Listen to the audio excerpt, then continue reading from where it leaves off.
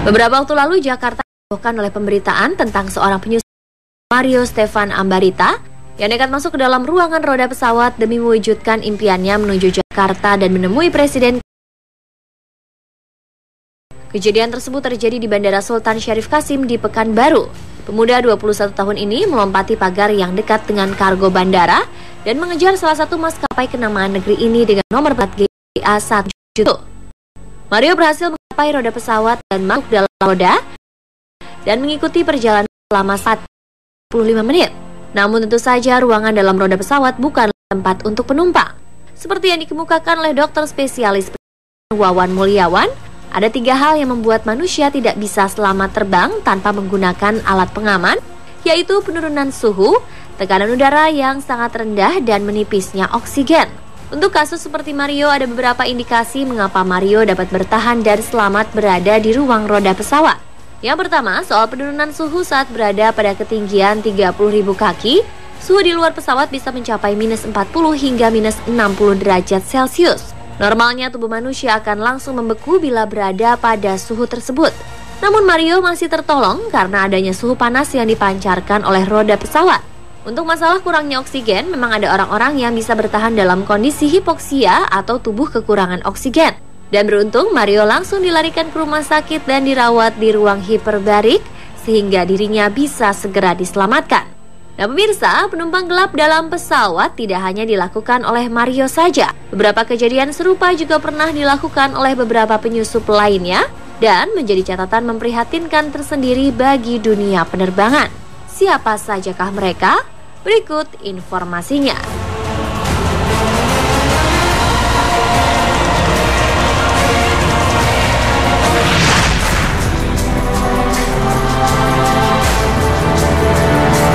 Adalah Yahya Abadi, remaja berusia 16 tahun asal Amerika Serikat berdarah Somalia yang memiliki kerinduan teramat sangat terhadap ibunya yang terpisahkan oleh jarak yang sangat jauh. Yahya yang sempat mendapatkan kabar bahwa ibunya telah meninggal dunia, ternyata akhirnya mendapat kabar terbaru bahwa sang ibu ternyata masih hidup dan tinggal di Hawaii. Untuk bertemu kembali dengan ibunya, Yahya pun nekat melakukan penyusupan ke dalam pesawat.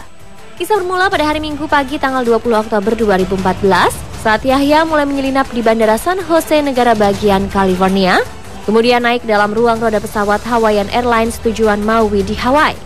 Setibanya di Hawaii, Yahya pun langsung dilarikan ke rumah sakit.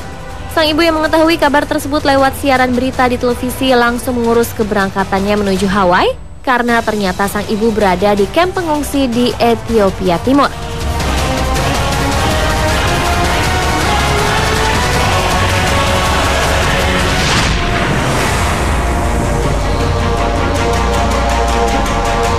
Kisah penyusupan roda pesawat selanjutnya juga dilakukan oleh seorang remaja asal dari Nigeria, Daniel Ihekina, tahun 2013 lalu. Kekejaman dalam keluarga yang dialami Daniel membuatnya merasa tidak nyaman lagi tinggal di rumahnya. Daniel pun memutuskan untuk meninggalkan keluarganya tersebut dan ingin memulai hidup baru di kota Lagos. Keputusan Daniel hijrah ke kota Lagos dengan menggunakan pesawat memang tepat, namun resiko penyusupan yang dilakukannya sungguh beresiko pada keselamatan dirinya. Bagaimana tidak, Daniel yang lepas dari pengamatan dan penjagaan ketat petugas bandara berhasil menyelinap dan menyusupi ruangan roda pesawat dengan menggunakan pesawat Air Arik Ole Adebanji. Beruntung bagi Daniel, penerbangan hanya memakan waktu sebentar atau hanya 45 menit.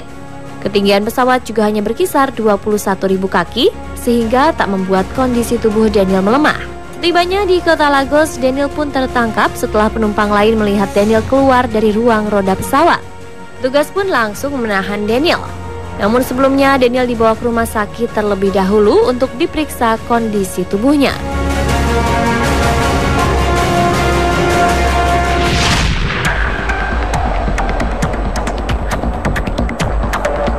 Berikutnya kisah penyusupan roda pesawat juga dilakukan oleh warga Palestina yang menyusup dari Kuala Lumpur. Pria asal Palestina tersebut bernama Osama R.M. Sublak yang nekat melakukan aksinya di Bandara Kuala Lumpur Airport tahun 2007 lalu. Osama melakukan penyusupannya pada malam hari. Saat itu memang kondisi pencahayaan di bandara memang sangat minim, sehingga membuat para penjaga yang mengawasi tak melihat sebuah pergerakan penyusupan yang dilakukan Osama secara diam-diam memasuki ruang roda pesawat Singapore Airlines yang bertolak dari Kuala Lumpur menuju Singapura. Osama pun harus merasakan kondisi membahayakan. Bayangkan saja, pesawat ini harus menempuh perjalanan selama 55 menit dengan ketinggian sekitar 35.000 sampai dengan 40.000 kaki. Hal ini tentu membuat udara sangat dingin dan oksigen yang terus menipis. Benar saja, setibanya di Bandara Singapura Changi Airport setelah ditemukan dan ditangkap, petugas langsung melarikan Osama ke rumah sakit karena kondisi Osama yang lemah, lemas, dan mengkhawatirkan.